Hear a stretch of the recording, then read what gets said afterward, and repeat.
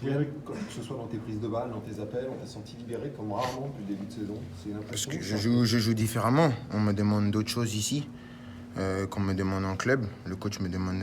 j'ai beaucoup plus de liberté ici. Le coach sait qu'il y a un numéro 9 comme Olive qui occupe les défenses. Moi, je peux me balader, aller dans l'espace, demander les ballons. À Paris, c'est différent. Il n'y a pas ça. On me demande de faire le pivot. Donc, c'est différent. Et je suis très content du match d'aujourd'hui. Et tu prends plus de plaisir aussi. Hein? Non, je prends du plaisir partout.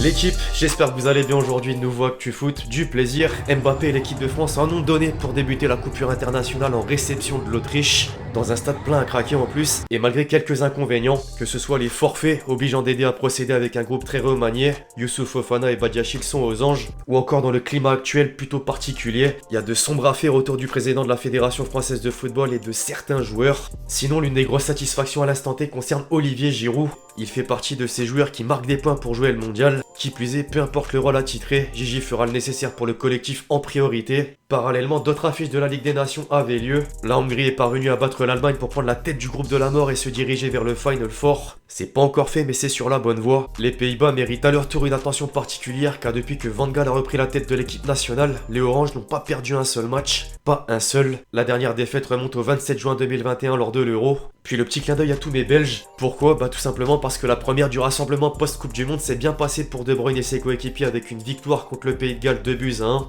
A noter que le prochain match des Diables Rouges se fera avec Titi Henry sur le banc à la place de Roberto Martinez.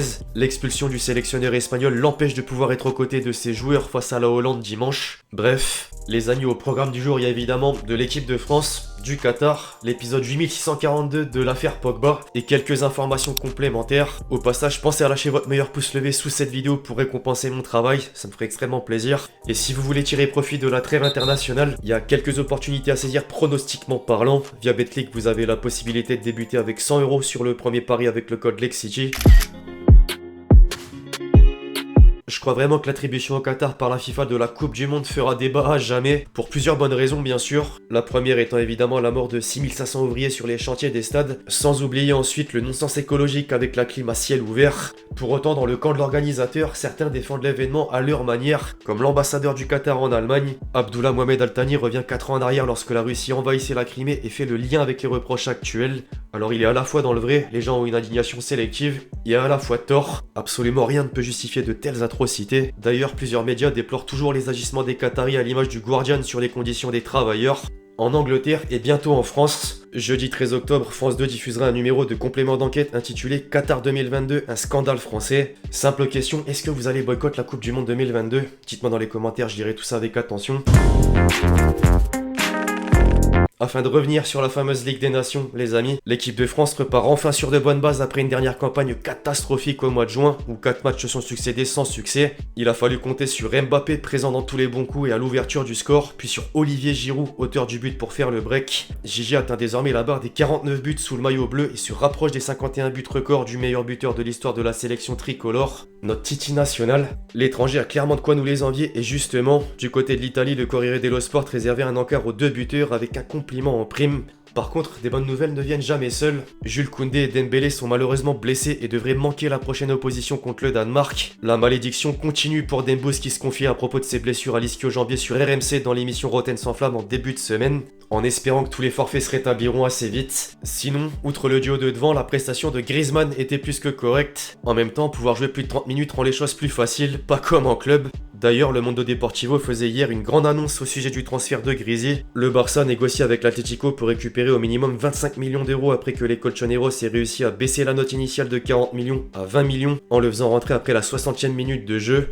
Les Catalans pensent aussi à une autre solution pour se débarrasser du français, c'est-à-dire attendre en janvier où les écuries anglaises lâchent de gros billets, dont Manchester United. Les Red Devils pourraient se séparer de Ronaldo, désireux de disputer la Ligue des Champions, et le remplacer par Griezmann. En parlant de Ronaldo, mardi, CR7 recevait le prix du meilleur buteur en sélection nationale par la fédération portugaise, et durant la cérémonie, il a indiqué que la Coupe du Monde 2022 ne serait pas son dernier tournoi international. L'objectif serait d'être encore là pour l'Euro 2024. Ah, ce serait incroyable. Pour faire la meilleure transition possible, j'ai été obligé d'enchaîner avec un certain Messi. Alors son nom ressort pas pour la même raison, mais parce que le quotidien El Mundo a révélé quelques détails des demandes de l'Argentin pour prolonger au Barça en 2020. Elles sont assez folles, écoutez bien. La Pulga aurait réclamé 10 millions d'euros de prime à la signature, une clause libératoire de 10 000 euros, vous avez bien entendu, et une augmentation de salaire en 2022 avec un taux d'intérêt de 3% pour compenser le salaire différé.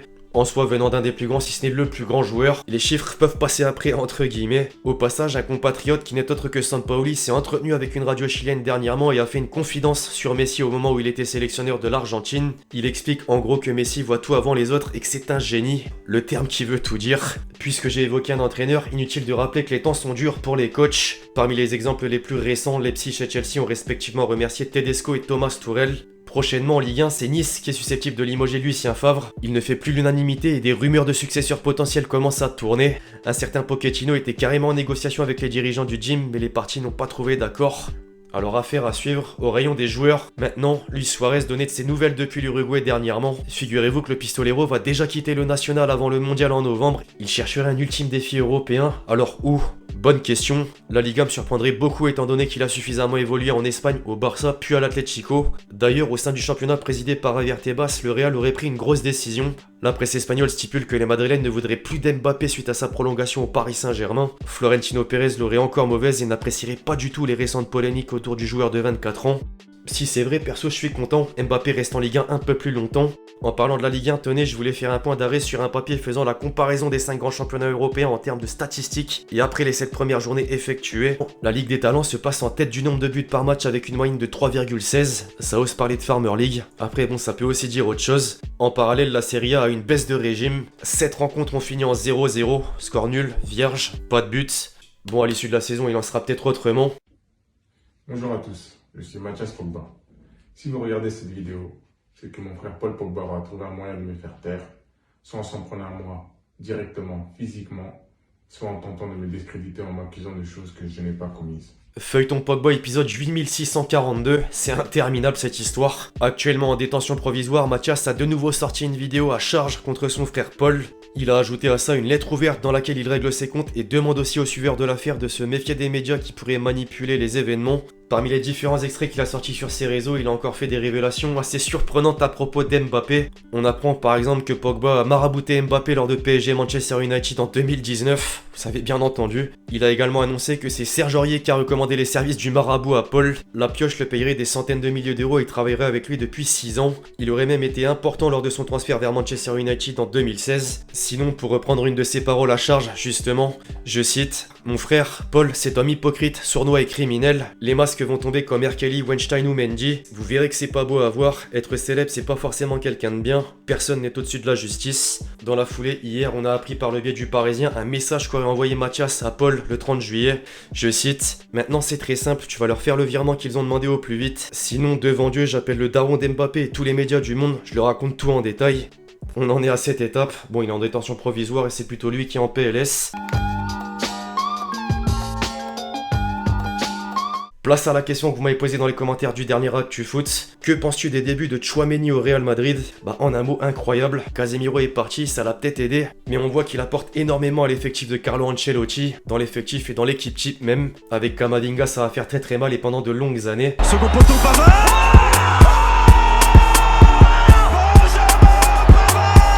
Avant de clôturer la vidéo les amis, comme toujours on se fait plaisir avec quelques buts de la trêve internationale, dont Messi.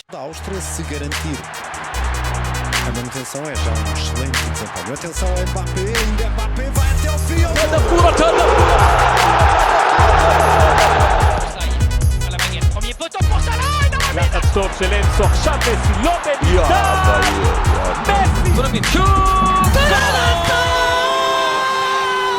Bref, l'équipe c'est tout pour l'actu foot du jour, j'espère que vous l'avez kiffé, je compte sur vous si c'est le cas pour lâcher votre meilleur pouce levé. Pensez à lâcher votre commentaire et votre question pour le prochain épisode, puis d'ici là, on se retrouve très vite sur la chaîne pour de nouvelles vidéos, c'était Lexi, ciao ciao.